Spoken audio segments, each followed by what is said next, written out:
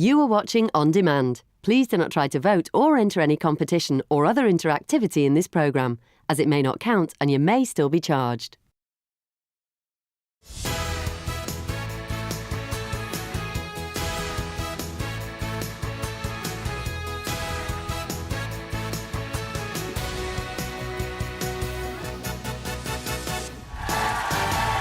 Today on your Loose Women Live, it's Kay Adams,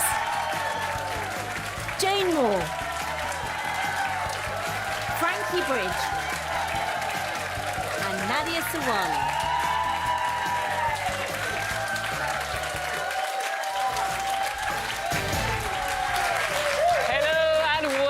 To your final Loose Women of the Week, where Jane and I have come with a pair of crayons. There you go. Coming up, you've heard of love at first sight, but should it really be love at first sniff? After new research revealed that people choose their friends based on smell, we're revealing which one of us picks up a very unusual aroma from their partner. And after Disney announced its first ever plus-size heroine, should the dainty Disney princess be a thing of the past? We've got some strong opinions on that one. We've got strong opinions on everything, you know what we're like. And... Up and down. All right. OK, we're going to get really funky, guys. Can you do it? Yeah, well, you can do it. Yeah, he's bad.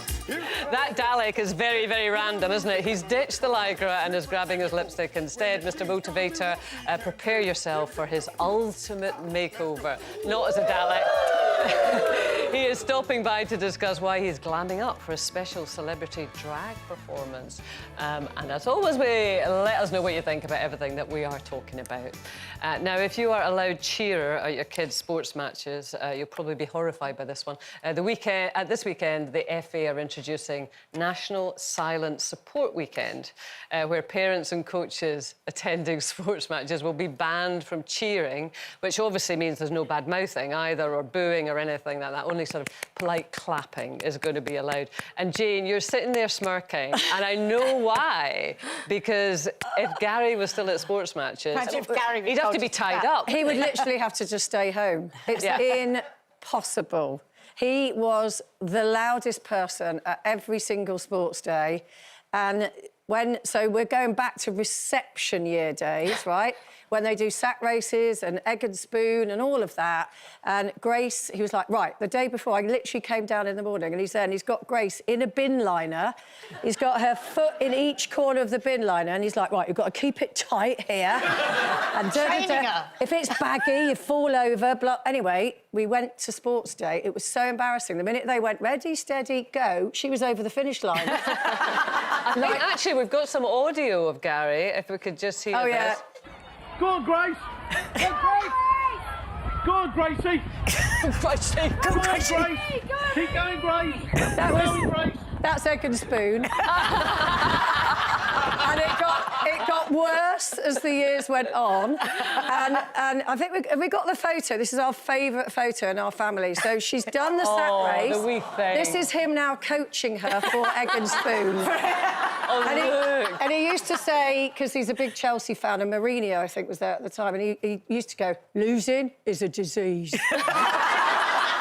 But, you know, obviously, Frankie, with Wayne, like former England footballer... Does he go crazy? Which way did he go on it? No, he doesn't at all. I think because, like, he didn't come from a pushy background, so his parents didn't push him into football. Oh. And so he's quite chilled.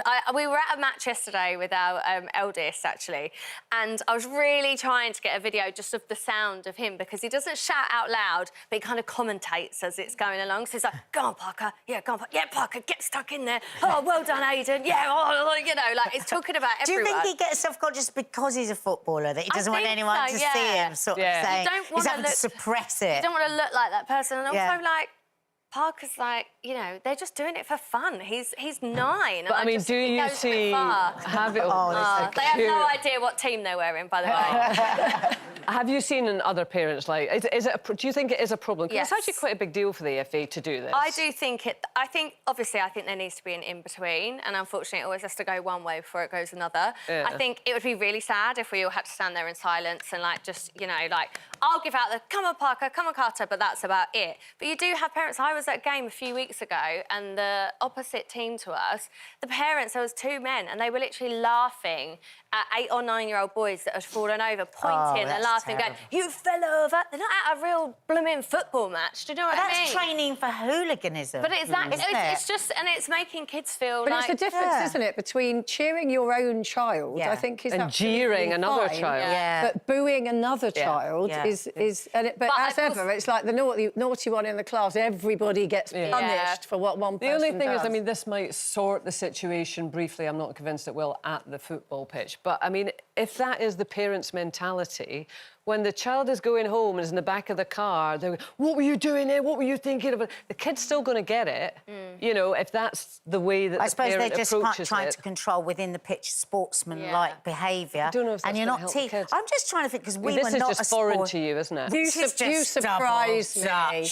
I mean, I used to go to sports and go, "Oh, God, do I have to?" I had not one competitive bone in my body.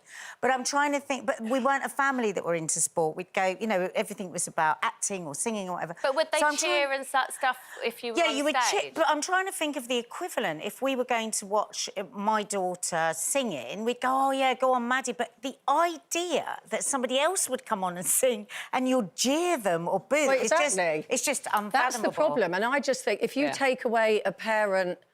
It's natural enthusiasm. Well, also with that, you wouldn't have Andy Murray, you wouldn't have Lewis Hamilton, you wouldn't have David Beckham, because all of those sports people have got the parent behind them who has So having said them that, on. Ian is a tennis coach, and I don't think he would agree with you. I mean, he would say it has to come from the child. That desire to sort of compete at an elite level, yes, supported by the parents, but quietly supported, that unless the kid has got that real desire, you're unlikely to. Oh, no, get I mean, them but to that parent is the one that gets the child up at 6 in the morning to go to the and all of that. But you can do that really quietly, can't you? Yeah, you don't have to be... just whisper to them. Yeah, whisper.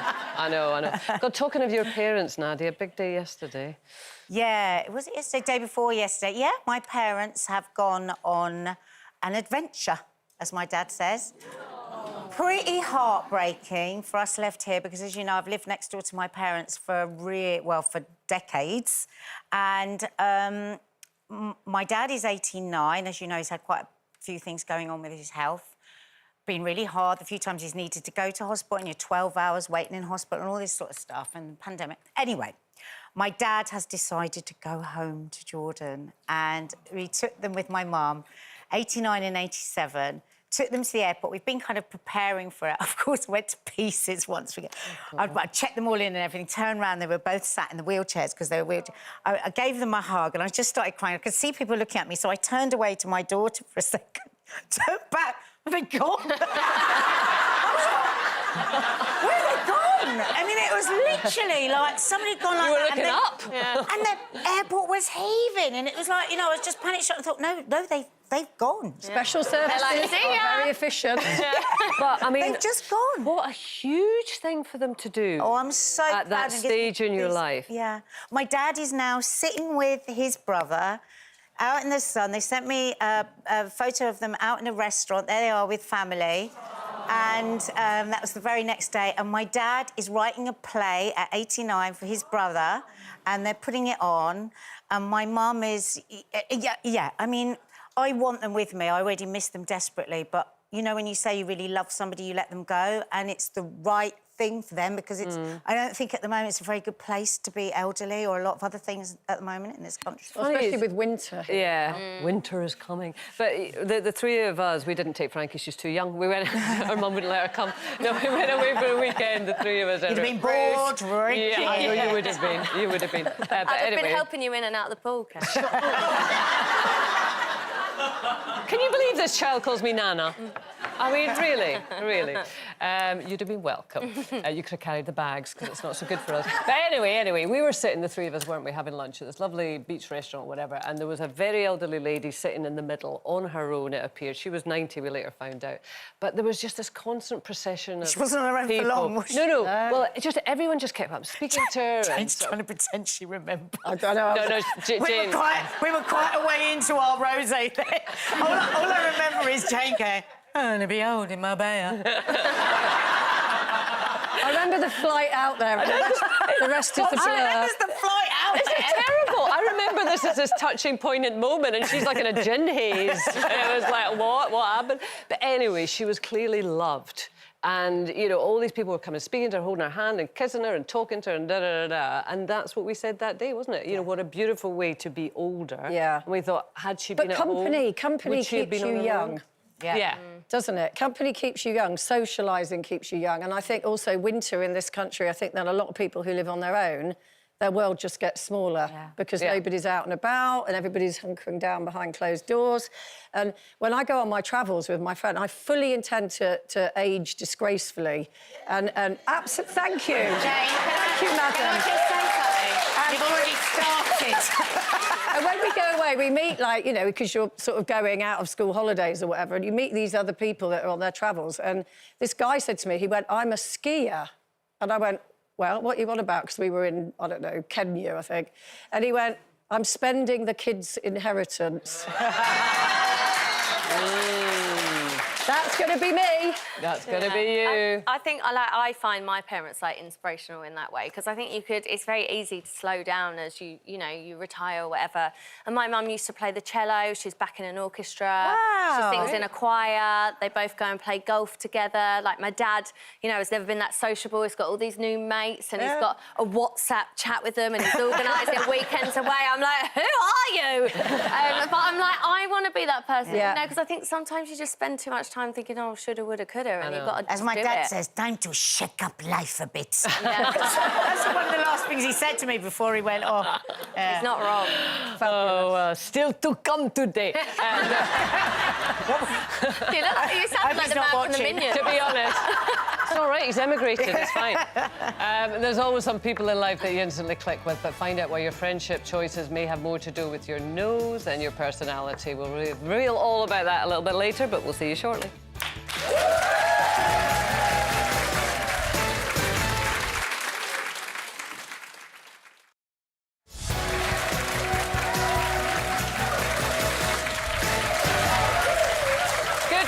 Again, still to come. She may be a queen of modern pop, but find out why Katy Perry's reading tastes are actually quite traditional. And after one illustrator went viral for giving Disney princesses more normal figures, we're asking whether it's time for a plus-size cartoon character.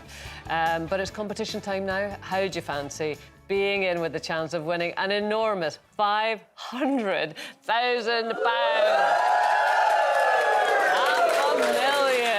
Smile, boys, come on, it's good news. You don't have long left to enter, as lines will be closing at 4 o'clock today. And we've got a very special guest in the studio. It's Mr. Craig Doyle.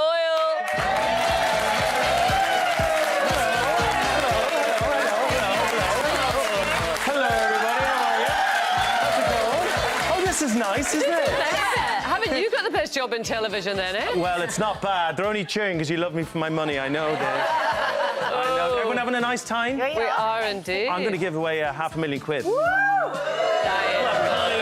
I'm going to give away. All right, boys. They've been a bit threatening looking all day. I'm trying to get your boys to smile. They don't smile. Not even this one. Not even when you give them a little tickle in there. Not even when you wave some cash at it. Look, nothing. No reaction. I can tell it. Nothing. Nothing from them. Oh! I'm going to need that back. We'd love you to win this money at home, and that's what it's there for, £500,000. It is tax-free. It will land in your bank account. The thing is, the line's closed today at 4 o'clock, so you got to enter, and you got to enter now. This is how you do it. Cash. Give me the cash back, lady. Give me the cash. For another chance to win £500,000, text cash to 82248. Text costs £2 plus one standard network rate message. Go to the website. Entries cost £2. Call 09068 782248. Calls cost £2 plus your network access charge. Or post your name and phone number to Cash 44 PO Box 7558 Derby DE1 0NQ. Entrance must be 18 or over, and lines close today at 4 p.m. Good luck. Yeah, and that poor lady in the audience had that money ripped out of her hands so quickly.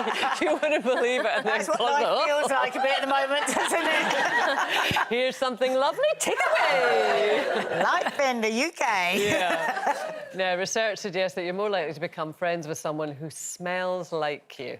Apparently, we subconsciously sniff people when we first meet them and are more likely to become friends with those who've got a similar body odour to us. Stop sniffing, it's horrible. I mean, I know that you're a really... I was going to say you're a really smelly person, I don't mean that, but you love smell. Listen, I'm really excited that we're talking about this because I remember years ago reading that if you're on the pill, it changes, the contraceptive, it changes your sense of smell, so you could sniff out the wrong person. Ooh. Now, some people might go, what do you mean? But you don't realise how much you choose your lovers by their smell. You do that again? Lovers. like, I might have gone out with someone or think I fancy them, so what I'll do is I'll get What, a lover? to have a sniff. And then the sniff isn't right, it doesn't smell right. So though I like perfume, I like to smell the person first without any... Really? Now, when I first met Mark... Can I, before you tell us that, how do you actually do that? Yeah, without I'll just go, just like have a sniff.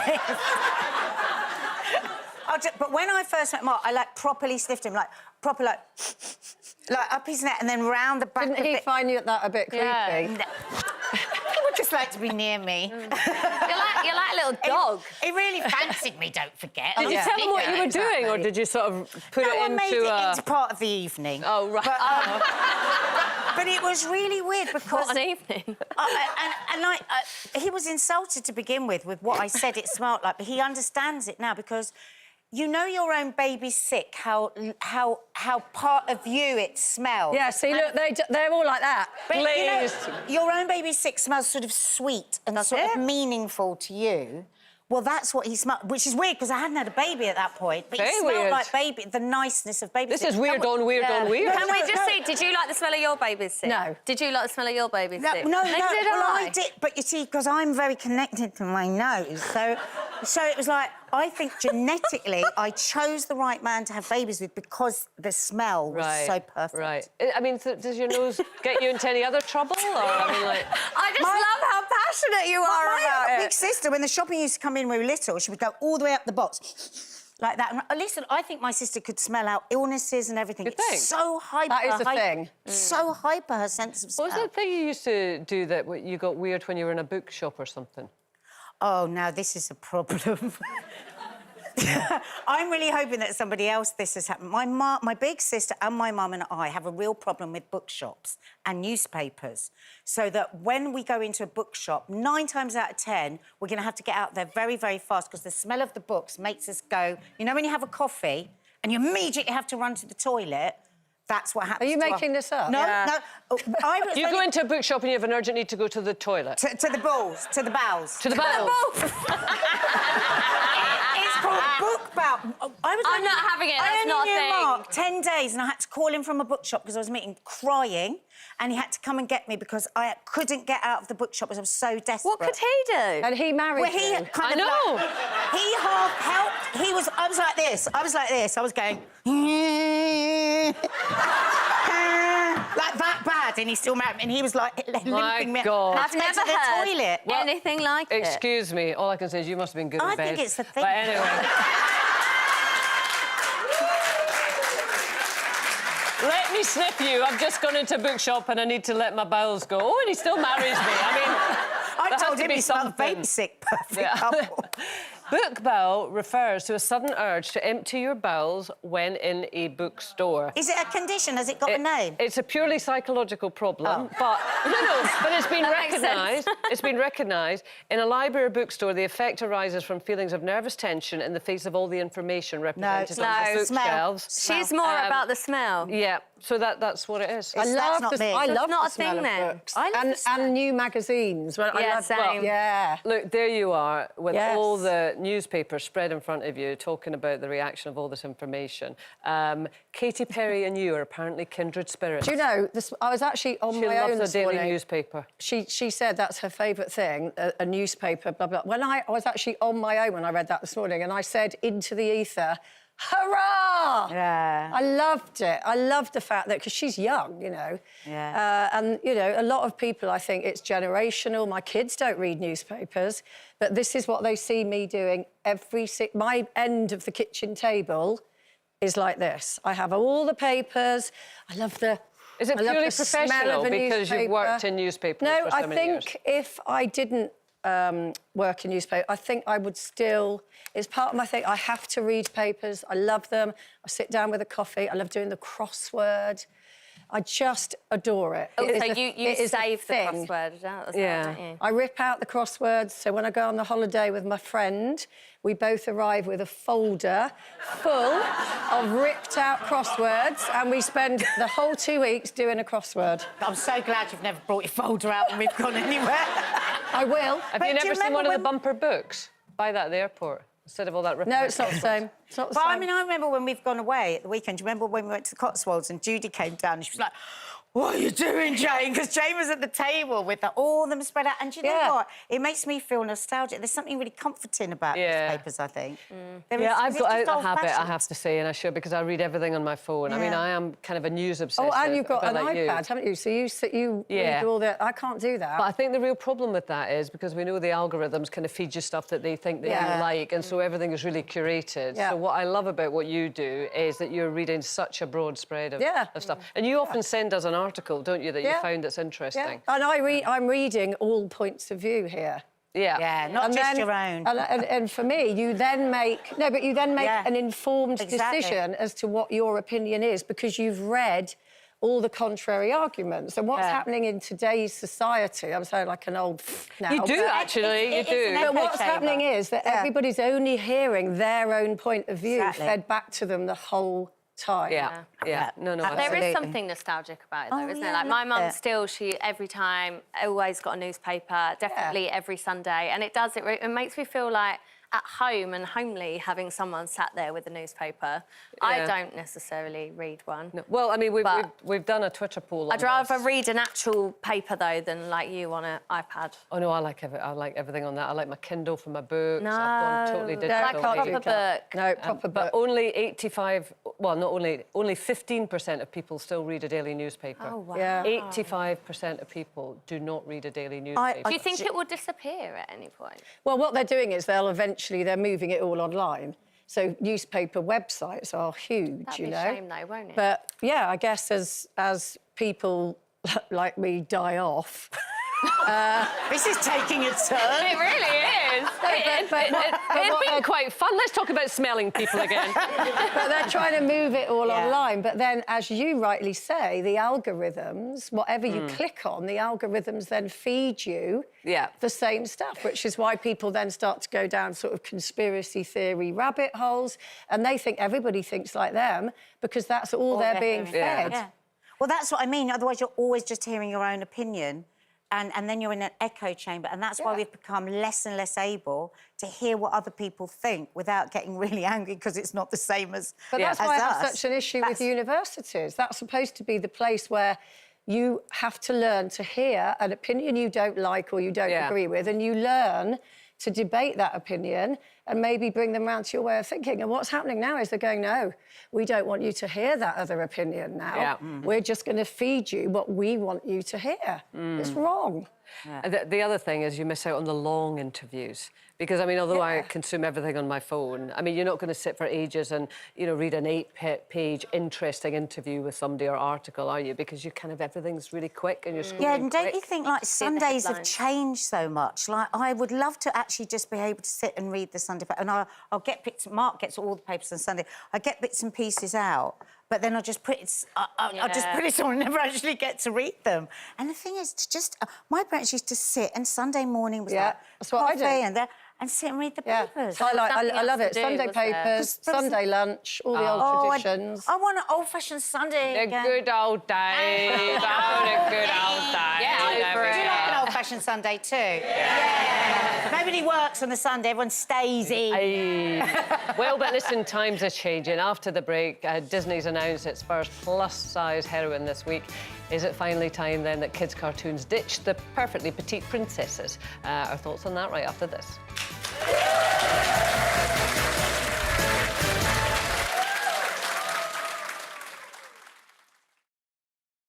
Next week on Loose Women, talking causes close to her heart, singing superstar Alicia Dixon is here for a catch-up. Michael Ball and Alfie Boe spill what happens in Vegas. TV presenter Jake Humphrey recalls life in the fast lane. And actor, comic and celebrity baker Ben Miller is in the studio. All that and so much more next week on Loose Women.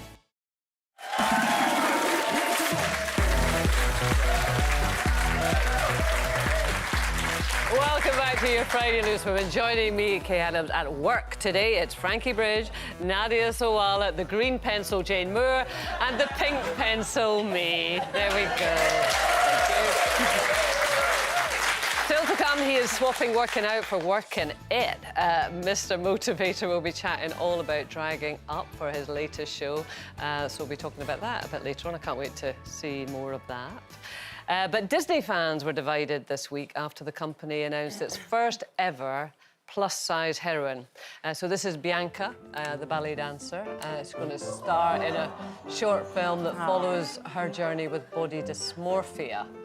Lots to unpack in there, Frankie. Are you comfortable with this? Do you think this is good to have plus-size cartoon characters? I think it's amazing to have plus-size cartoon characters. I think for too many years now, we've been fed this certain image, one way or another, that you have to be a certain size, and if you don't fit into that, then you don't fit into the mould. I agree with that 100%. What I don't like about it is that they're drawing attention to it, because then I feel like it completely destroys the whole point, because you're not saying it's normal. By doing that, plus-size, whatever, cartoon character, it's amazing. People will feel seen. It makes people feel like, you know, they're not different.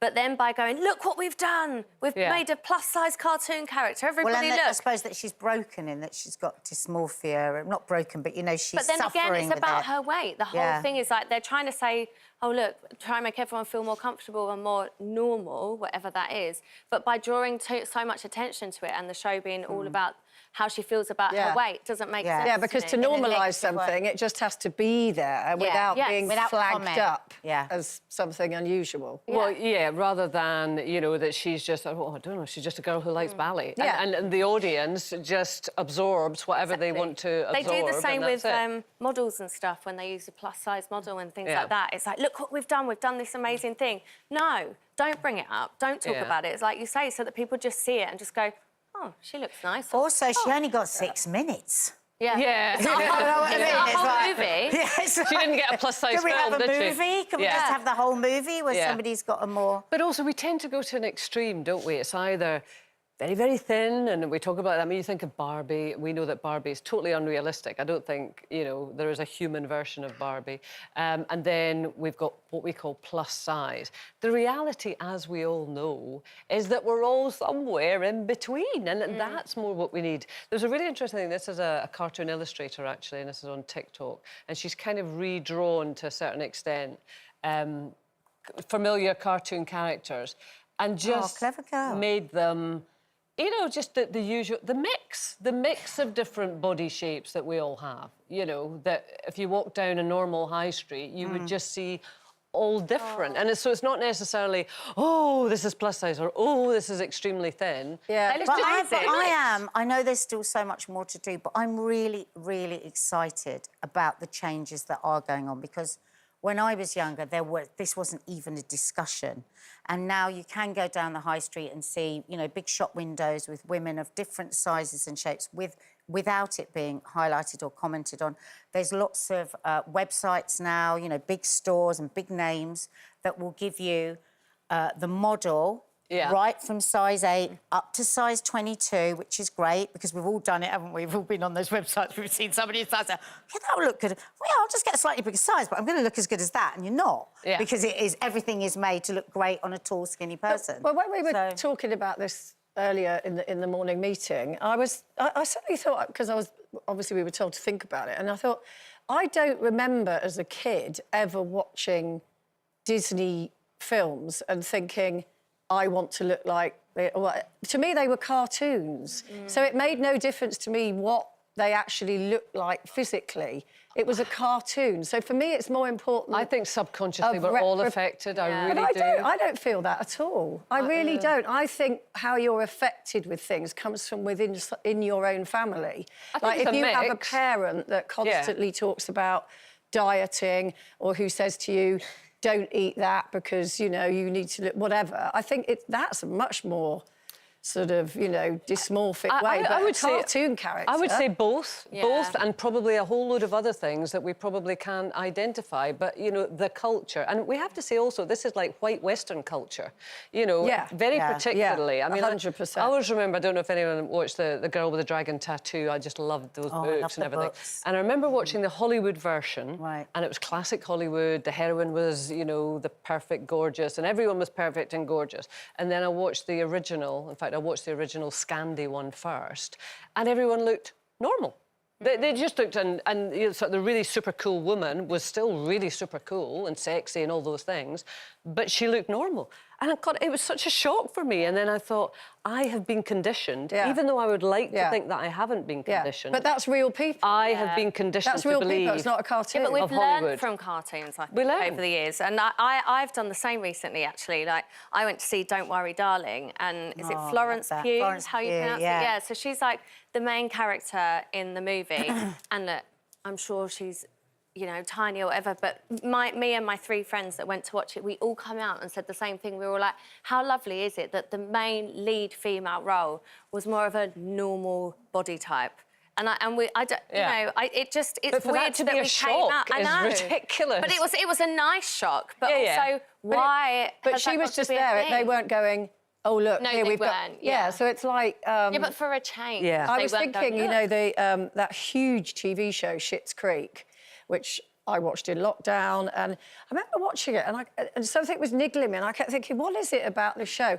And then I realised that the central sort of protagonist is gay, and he has a gay relationship, obviously, meets somebody, but it was just completely it was a relationship. It wasn't, they weren't going, oh, look how progressive we are. We're putting a gay relationship on television. Yeah. It was just a normal thing. It was sure, and I guess that's back to your point, Frankie, that where we really will have progress, and it is happening in some areas, as you say, Nadia, that all of these Disney, Pixar, all of them, just have a whole range of body shape, as you would see reflected in the normal population. I think we're on our way. I think we're on our way. Very quickly, 94% of fairy tale and princess movies mention physical appearance. Right. Do they? Yeah. Okay. So that I do have you know, what they draw them as is whatever, but if you mention physical appearance, that's going to go in, It becomes a thing, absolutely. You know what? You all agreed with me for once. We did. Well done, Frankie.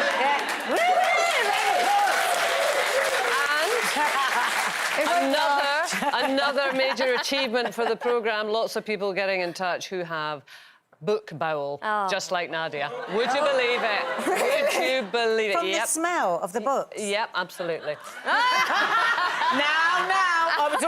I was in danger territory when you had the newspapers out. It's the outbreak, you can go to the loo now. It's OK, because we're going to have a break. You've got plenty of time. Still to come, he's swapping lunging for lip-syncing. Mr. Motivator joins us to talk strutting his stuff alongside other TV stars to become the ultimate celebrity drag queen. And can he teach Nadia to do the perfect dress-up? Don't go anywhere.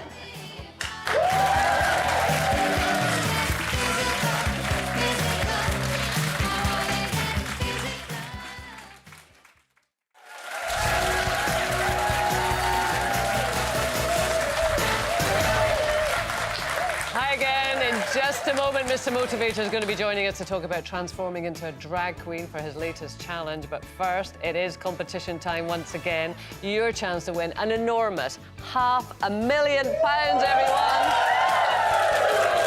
And Craig Doyle is causing chaos in our audience today. Craig, what are you up to? Well, it was £500,000, but a grand just fell into my hand. Jason, do you have anything to do with this at all? No? Who's your favourite? Who's your favourite? Keep going. Who's your favourite? Look at those 2 lads up there. They're terrified. They're terrified. So we've got £500,000 there in cash. Yeah. And someone's going to win it. So £500,000. What would you do? You're Karina, aren't you? Karina. Oh yeah, I researched you, Karina. Yeah. Uh-oh. What would you spend it on? Oh, so many things. Buy a big house with lots of ground and a horse. I'd like to buy a horse. It's $500,000, not 500 million. Well, maybe a whole... Where are you going to buy this place? Maybe a whole stable. Okay, stable of horses, all right. Stable of horses and a theme park. How about you? What would you a theme park? My goodness. Oh, yeah, house and go on a nice holiday. Few holidays. Few holidays? Yeah, few good holidays. Okay, good. All right. Yours is ridiculous. Quite frankly. House and a horse. Okay. £500,000, my God. I don't know if Corinne, could you hold that for a second? I've counted it. We want you to win this prize. It's a huge amount of money. £500,000, Jason. Dropping into your bank account. It could be yours, but you got to enter. Jason, you got to enter, man. You got to enter. Lines close at 4 o'clock today. Jason, my friend, this is how you get involved. Just look down there, it'll tell you. Yeah. For another chance to win £500,000, text cash to 82248. Text costs £2 plus one standard network rate message. Go to the website, entries cost £2. Call 09068 782248. Calls cost £2 plus your network access charge. Or post your name and phone number to Cash 44, PO Box 7558, Derby, DE1 0NQ. Entrance must be 18 or over and lines close today at 4 p.m. Good luck. Now, our guest has been keeping us active since the 1990s, transfixing televiewers with his infectious smile and psychedelic leotards. And now he's hoping to do the same with his drag debut. Please welcome Mr. Motivator, a.k.a. Protina Turner.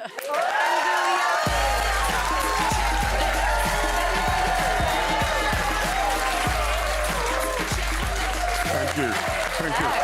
Protina Turner. Oh, That's yeah. good, isn't it, Protina? Oh, man. You know what? I look so good. Did you fancy yourself? Oh, I looked in that mirror and I tell you what, I just went, how can one man have all There that you talent? are. Oh, my goodness. Oh, there you are. I mean, did you come up with the name yourself? No. It took many sleepless nights, and one morning, Astina came in and she said, listen, they've come up with this name, what do you think? And I thought, you know what, that makes a lot of sense. I think it should have been Protina Shake. But, you know, it was such a wonderful experience. I mean, I had the time of my life, and I say that to everybody. It is so important that you step outside your comfort zone. It's so important you go to the edge, because that's where the fun is. Because if your life is just that, it's boring. Go to the edge, and that's where things happen. And that's what happened to me. Have you always been like that? I know, because there were difficult times in my life. There was a point when, you know, I was homeless, I was a single parent looking after my child. But if you keep hope alive, good things happen. And I maintain that if all of us, if you continue to work hard, you're caring, you're considerate, and you're kind, then amazing things happen in your life. Motivator, aren't you? Yeah. Well, you know, go on. No, I was going to say it's because when you've been through the University of Life, right, you have so many experiences, right? And they say that the difference between school and life, at school you're taught a lesson and given a test, but in life you're given tests which teaches you lessons. And that is so important, right, that you embrace what's happened. You are the living embodiment of what you're preaching, because tell us, 2 weeks' time, it's your birthday. How old? 70! Yeah! I feel like taking my jacket off. I want to rip it off. I mean, the first thing everybody's going to be thinking is, how do you look that good? How do you have that energy? I think it's because, you know, what we have to do, all of us, and I'm speaking to women, older persons, is this. There are going to be ups and downs in your lives. There are going to be bad times, right? But there are also going to be good times. And remember, what happens in your life is only a bad moment. It's not a bad life. And so therefore, if you keep hope alive and also set goals in your life, which is not too far away, it's close by, and reward yourself as you go along. But it's also you that feel good. consistency, isn't it? Because you have consistently excised all the way through your life. And I find that so hard because... Yeah, but we consistently eat, we consistently go to sleep, we consistently put our clothes on. So in the words of Shania Twain, what's the best thing about being a woman? Well, I'll tell you what, it's not wearing high heels. Was that hard? Oh, man. Even with all your muscles. Oh, I tell you what, it gave me backache, my legs. I mean, my wife... Welcome to our world. Yeah. Now I know why she always carries a pair of flats. I mean, honestly, I had a rough time. I think to myself, if you guys do it, who are you doing it for? Because, to be honest, it makes your legs look good, but you're in pain. Yeah, you're exactly. in trouble. It's pointless. And you can't wait to get out of it. What did you learn from the experience? Let me tell you what I learned. I learned it's really important to respect other people, right? Because until you've walked a mile in someone's shoes, you don't know what it's like. And I realized that there are people out there who are fighting to get acceptance for who they are, right? And we as a society needs to be far more open and respect people, right? And say, you know, it's okay for you to feel the way you feel. It's okay for you to actually find that person that is you. And when you find that person, embrace it. And let's all accept the person that they have found. Because I've met... Yeah, and I'm speaking out there to males, and I'm saying to them, listen, stop judging people, right? And often we spend so much time judging people, we don't have time to look after ourselves, right? And so if we spend time looking after ourselves, you got no time to criticize anybody else, right? And so for me, I found joy in, number one, having someone who shares my journey with me, because my emotions are really important, but also I find joy in being positive. Because if every day I get up and go, today's a horrible day, it's going to be a horrible day. But if I get up and I go, wow. You know what? I've over my time, I've been to see a lot of drag acts because I find them great fun. It is a great skill. It's something they learn over years and years and years. Are you getting sort of expert tuition? Astina, she was brilliant, right? I mean, but the thing is, right, for me, it was like a learning curve. I started out with trying to get into the high heels, which caused me pain. But it didn't get my voice right and my actions weren't right. But then next was the what do you call it? You know, the thing that you put around your waist. Corset. That brings the corset, that's the word. Right? And then there were the hips. Yeah. And each time I found myself changing the way I walked, the way I sat, the way I spoke. I started doing all this kind of stuff, and I thought, you know what, this is all right. But I didn't get into the character until I actually had this dress that I had to put on. And all of a sudden, I thought, you know what, it's a bit all right, this. Did it feel like being a drag queen, or did it feel like being a woman? I think it felt like being me dressed as a woman. That's all it felt like. I didn't become a woman. I didn't become a drag queen. I was experiencing something that I'd never experienced before. What it is like to feel like a woman, but not be a woman, right? And do you understand what I'm getting at? Yeah. So once I had all the clothes on, I honestly saw myself, my legs were together. That's the first thing I did. Whereas, you know, males are normally sitting, legs were together. But I found myself, I'm normally upright anyhow, but I found myself sitting more upright, right? I found myself looking more ahead rather than looking down. Sounds like you're quite full of yourself. I loved well, listen, it. we're going to see it all tomorrow night on ITV, and Nadia's very glad we've run out of time because we were going to get you to teach her how to do a press-up. Unfortunately, I was going to tell everybody about following me on Instagram. Mr. Motivator. Monday, we're joined by sports broadcaster Jake Humphrey and singer and presenter Alicia Dixon. Have a fabulous weekend.